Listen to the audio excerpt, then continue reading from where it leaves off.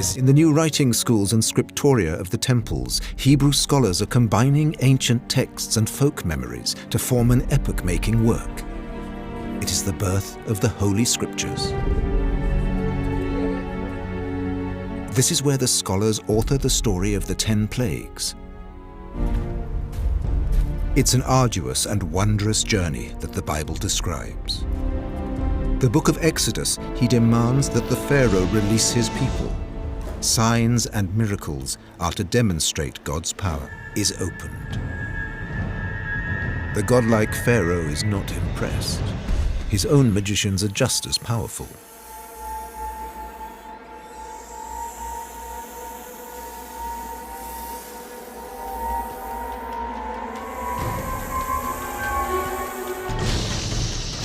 When the two snakes do battle and at his command, Aaron's rod turns into a snake before the Egyptian ruler. The duel. Pharaoh does not admit defeat. The Bible says he hardens his heart.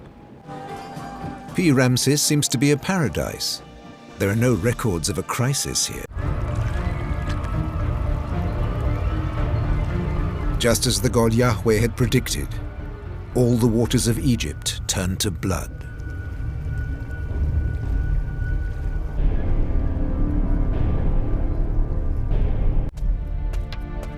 The miracle of the first plague does not win the Israelites their freedom. To him, "Thus saith the Lord, let my people go, that they may serve me. And if thou refuse to let..." Was he also the inspiration for the nameless Pharaoh of the Bible? We know he made P. Ramses his capital and the symbol into a building site, creating temples and giant statues on a scale never seen before, monuments forever associated. This gradual process of decay must have deeply affected life in the dying city. This led some to look for traces of a Canaanite people in Egypt and to turn their attention to the Hyksos and their period of power. Every Israelite must borrow gold and silver jewelry from his Egyptian neighbors. God will make them agree. And then the Israelites must prepare the first. Moses is to go to Pharaoh one last time and announce the terrible 10th plague that is to come that very night. And Moses said, and shows his power to lead his people from slavery to freedom. In the religious legend, the Exodus symbolizes the birth of the people of Israel. 600,000 men and untold numbers of women and children, the Bible tells us, follow Moses into the... And outside the Bible, there is no reference to a people enslaved in Egypt. Is there any historical evidence of the biblical Israelites and their story?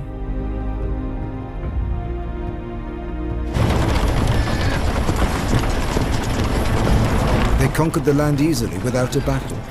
And once they had taken control, they burned the cities to the ground and destroyed the temples of the gods.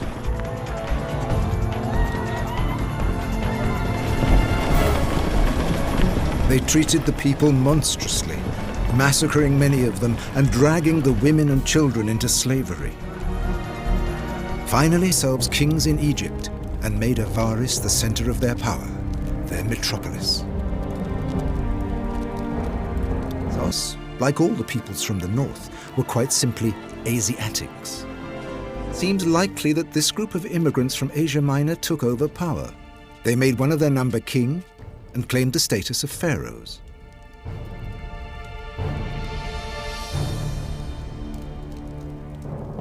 Egyptian god Seth to form a new cult, the cult of Seth Baal.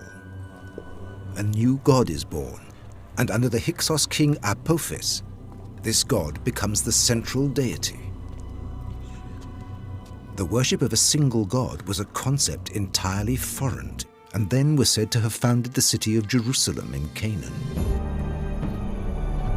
Their names, their rituals, and their expulsion from Egypt are the main parallels with the Bible story of the Exodus.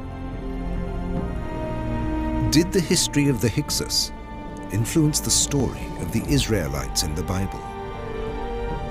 Did the religious legend then give a new meaning to their expulsion? One in which the Exodus was no longer a defeat by the pharaohs for the construction of the Great Pylon.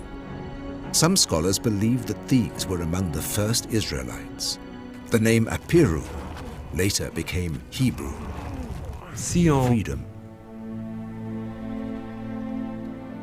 The earliest texts of the story of Moses and the Exodus are from the 7th century BC, a time of new beginnings under a young king, Yahweh. And Yahweh's empire must be extended. But the dream of this ambitious king comes to a sudden end in the year 609 BC. Josiah has reckoned. We still don't know what he hoped to achieve. Know if Josiah wanted to assert national and religious independence by fighting the pharaoh, or if he simply wanted to negotiate. But we're told that Necho II killed him in front of his followers.